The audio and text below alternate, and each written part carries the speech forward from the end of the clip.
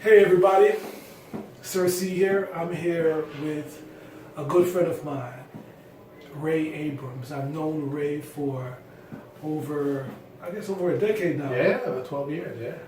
Yeah, we used to work together, and he's done some work for me. He's an amazing guy, an amazing entrepreneur, has a lot of experience in a lot of different areas. I'm amazed by his transformation over the years, and I really wanted to take the time out to interview him for our show because he's doing some really amazing things that I thought that you guys should know about. But first I wanted Ray to tell the audience about yourself. Okay. Well, as SirC said, again, I'm Ray Abram. I started out in technology, doing some development, got into project management, and over the last couple of years decided I wanted to share what I've learned and help other people in the form of coaching and doing public speaking. And that's how I guess I ended up here on this podcast. And SirC thought that it would be a good idea if I share some of my learnings with you. I don't know everything, but I've made enough mistakes to be able to hopefully prevent you from making the same. Mistakes, yeah. We all make learning experiences. Well, learning experiences. I like the way you put that thing. Yeah, the coaching thing, and that really, you hit it on the head there. We all need coaching. I need coaching. Yeah. I get new people in my business all the time that are new entrepreneurs. They've never been out of the corporate environment before, and they need coaching, right? Yes. They need services from people like you, and they need help from people like me who are experienced. What are some things that you think that me as a person that coaches other people should do first? Right. So what I always try to do first is find out, where you are, where you want to go, and then put together a strategy, a step-by-step plan for how do you get from here to there. And it sounds simple, but so often we don't ask those questions. Right. And so you kind of need a coach. I almost look at it at athletics, right? Most athletes already think they know how to shoot, right? I've been playing since I was 7 years old. Right. But as a professional or as a coach who's able to step outside, right, and you can point out their weak spots and show them things they can't see and help them figure out how to get even better. Yes, and that's what you should do first is lay out that plan. Do you think everybody's coachable? No. You have to want to be coached. Yes. I can't make you accept my advice. So yes. You have to want it. Yes. I think a lot of people, in particular people in our age bracket, get stuck. Yes. They get stuck. Maybe they're bringing that old baggage from years ago, and they've maybe failed at something else, and they say, "Well, I can't do this. What do you say to those people? Yeah. Well, they just have blind spots. Mm-hmm. So it's not that they are stuck. They just have been doing things the same way over and over again. They haven't learned the lessons, and we kind of talked about at the beginning about lessons learned. Right. So life will give you lessons, but if you don't pass, you'll keep going back and taking the same lesson again and again. Yes. Yeah, I like the way you said that, and I attended your seminar the other day. That was a great seminar, and I was very impressed. And I'm sharing with you, I've seen a major transformation in you over the years.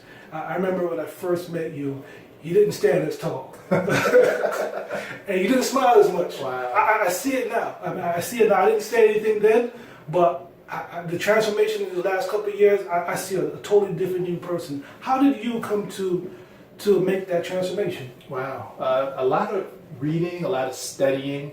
I kind of, as I talked about in my seminar, I had kind of hit a really low point in my life. I got to a point in my life where I thought I'd be somewhere different. And instead of just settling on it, I did have a little pity party, but I decided that I wanted to do what I could do to fix it. Right. And just went to the library, went on Amazon and got 30, 40 books, you know, just hours and hours on YouTube, and did research on psychology, nutrition, spirituality, everything. And so now I feel like I've helped myself, and hopefully I can help somebody. Yeah, that's important. I think that area of personal development is where a lot of us fail to do, to look into ourselves and go and read and go and get help, or go and help get coaching. I'm glad that you do. That's a lot of things that I do also. I'm being coached by some of the best in my business, and we have this travel business that is, you know, it's an $8 trillion business, and we got some of the top leaders in our business that I listen to them, and some of them are much younger than me.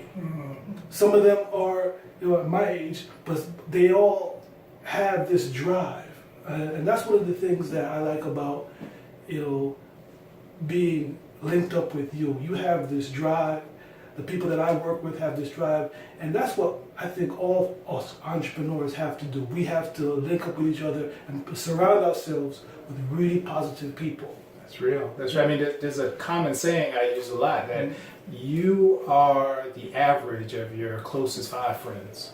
Yeah, right. So when you look at the people who you surround yourself with, you'll find generally, as a rule of thumb, that your salary and kind of where you are in life is right in the middle of those 5 people. So if you want to be a millionaire, you got to stop hanging with certain people. Exactly. If you want to fly with the Eagles, you can't hang around with Turkey.